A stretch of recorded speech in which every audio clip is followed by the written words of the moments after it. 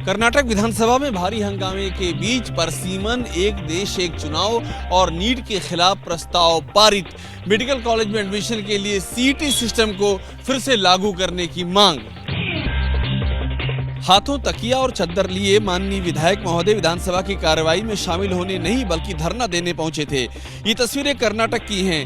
यहां बुधवार शाम बीजेपी और जेडीएस के विधायक चद्दर तकिया लेकर के पहुंचे। सदन पहुंचने के बाद गीत संगीत हुआ, फिर रात भर बीजेपी जेडीएस विधायकों का धरना चलता रहा।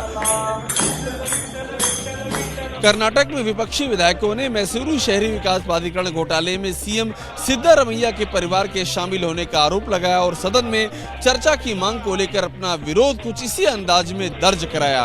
Valmiki Nigma Govinda. Chief Minister is not interested to debate on that issue because he is directly involved and his wife's name is also there. मुडा घोटाले पर चर्चा की मांग को लेकर आज भी विपक्ष सदन में हंगामा करता रहा, लेकिन इस हंगामे के बीच विधानसभा में लोकसभा और विधानसभा सीटों के परसीमन प्रस्तावित एक देश एक चुनाव और नीट परीक्षा के खिलाफ प्रस्ताव पारित हुआ। कर्नाटक विधानसभा में पास प्रस्ताव में ये मांग की गई है कि सूबे को नीट से छूट दी जाए और राज्य सरकार की तरफ से कराई गई परीक्षा के आधार पर मेडिकल कॉलेजों में एडमिशन दिया जाए। They tried to stop us, but CM in his written speech and he had given a detailed reply how many scams has happened, how it has happened. Karnataka में विपक्ष मैसूर शहरी विकास प्राधिकरण को मुद्दा बना करके सीएम पर निशाना साध रहा है। वहीं राज्य सरकार नीट के मुद्दे पर केंद्र सरकार को घेरने की कोशिश कर रही है।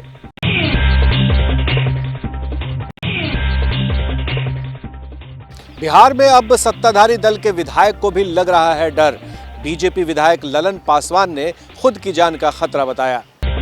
ऐसे वक्त में जबकि बिहार में विपक्ष लचर कानून व्यवस्था के सवाल पर नीतीश सरकार पर हमलावर है, खुद नीतीश के साथ सत्ता में साझेदार बीजेपी के विधायक ललन पासवान ने आग में घी डालने का काम किया है। हमको स्पेशल सुरक्षा मिली हुई थी, मेरी सुरक्षा बढ़ाने के बजाय वहां हमारी सुरक्षा को घटा दिया गया। तो बीजेपी विधायक का आरोप है कि बिहार में पुलिस और अपराधियों में साठगांठ है।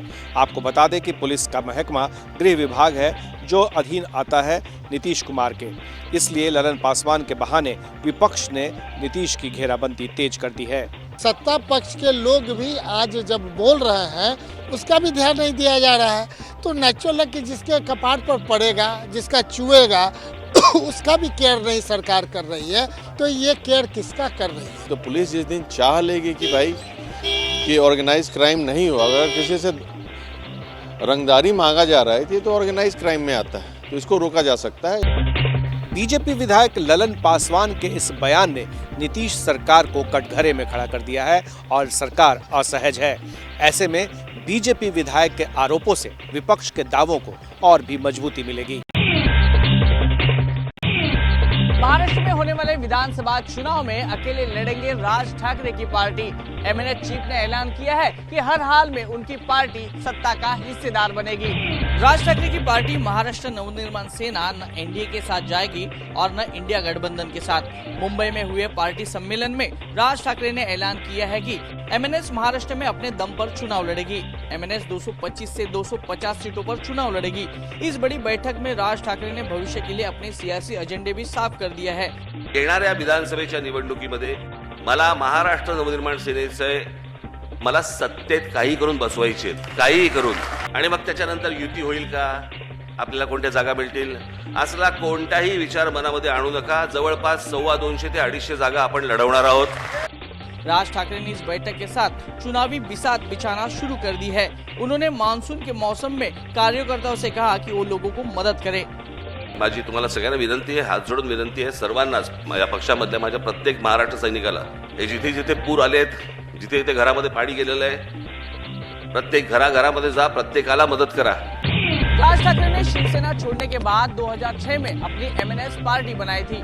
फिर 2009 में पहली विधानसभा में 13 सीट जीतकर महाराष्ट्र में खलबली मचाई थी।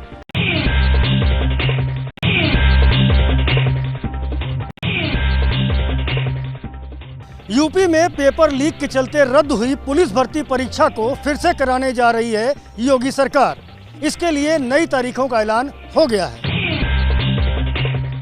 जिस परीक्षा के पेपर लीक ने लोकसभा चुनाव में यूपी में बीजेपी की भारी फजीयत कराई, उसकी परीक्षा फिर से हो रही है।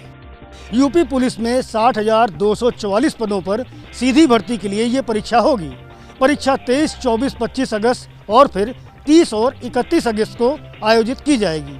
रोजाना 2 पालियों में लिखित परीक्षा होगी। हर पाली में लगभग 5 लाख परीक्षार्थी शामिल होंगे। पेपर लीक होने की वजह से ये परीक्षा पहले रद्द कर दी गई थी, जो कि चुनावों में बड़ा मुद्दा बन गया था। लेकिन यूपी पुलिस भर्ती बोर्ड कह रहा है कि इस बार कोई गड़बड़ी नहीं होगी। सभी स्टेप्स का गहनता से विश्लेषण करते हुए, लेटेस्ट टेक्नोलॉजीज का इस्तेमाल करते हुए इस प्रकार के उपाय किए गए हैं कि इंटीग्रिटी पर कोई विपरीत असर ना पड़े। इस परीक्षा में शामिल होने के लिए परीक्षार्थी यूपी रोडवेज की बस से फ्री में आ जा सकेंगे। इस बार परीक्षा में अगर किसी तरह की गड़बड़ी हुई तो इसमें 1 जुलाई से लागू नए अध्यादेश के तहत सख्त कार्रवाई की जाएगी। इसमें 1 करोड़ के जुर्माने से लेकर उम्र कैद तक की सजा का प्रावधान है। किसानों को रोकने वाले पुलिस अफसरों को वीरता पुरस्कार की हरियाणा सरकार की सिफारिश पर बवाल हो गया है। पंजाब में सरकार और विपक्ष दोनों ने ही इस पर आपत्ति जताते हुए राष्ट्रपति और प्रधानमंत्री को चिट्ठी लिखी है। पंजाब और हरियाणा के बीच शंभू बॉर्डर खुलेगा या नहीं, इसका फैसला सुप्रीम कोर्ट को करना है। लेकिन शंभू बॉर्डर पर किसानों को रोकने वाले पुलिस अफसरों को वीरता पुरस्कार देने की सिफारिश करके हरियाणा सरकार ने राजनीतिक विवाद बढ़ा दिया है। पंजाब विधानसभा के स्पीकर ने प्रधानमंत्री को इस बारे में चिट्ठी लिखकर ऐतराज जताया है। उन्होंने 6 पुलिस अधिकारियों और कर्मचारियों को बहादुरी पुरस्कार सिफारिश को चिंताजनक बताया है। स्पीकर कुलतार सिंह संधवा ने प्रधानमंत्री से इस मामले में पुनर्विचार की अपील की है। सिर्फ स्पीकर ही नहीं, पंजाब विधानसभा में विपक्ष के नेता प्रताप सिंह बाजवा ने राष्ट्रपति को पत्र लिखा है। बाजवा ने हरियाणा सरकार की सिफारिश को रद्द करने की मांग की है। बाजवा ने कहा कि ये वैसा ही होगा जैसे जलियांवाला बाग में लोगों पर फायरिंग करवाने वाले जनरल डायर को वीरता पुरस्कार दे दिया जाए। पंजाब के किसान एमएसपी की कानूनी गारंटी की मांग को लेकर शंभू बॉर्डर पर डटे हुए हैं। कल किसान नेताओं ने राहुल गांधी से भी मुलाकात की थी।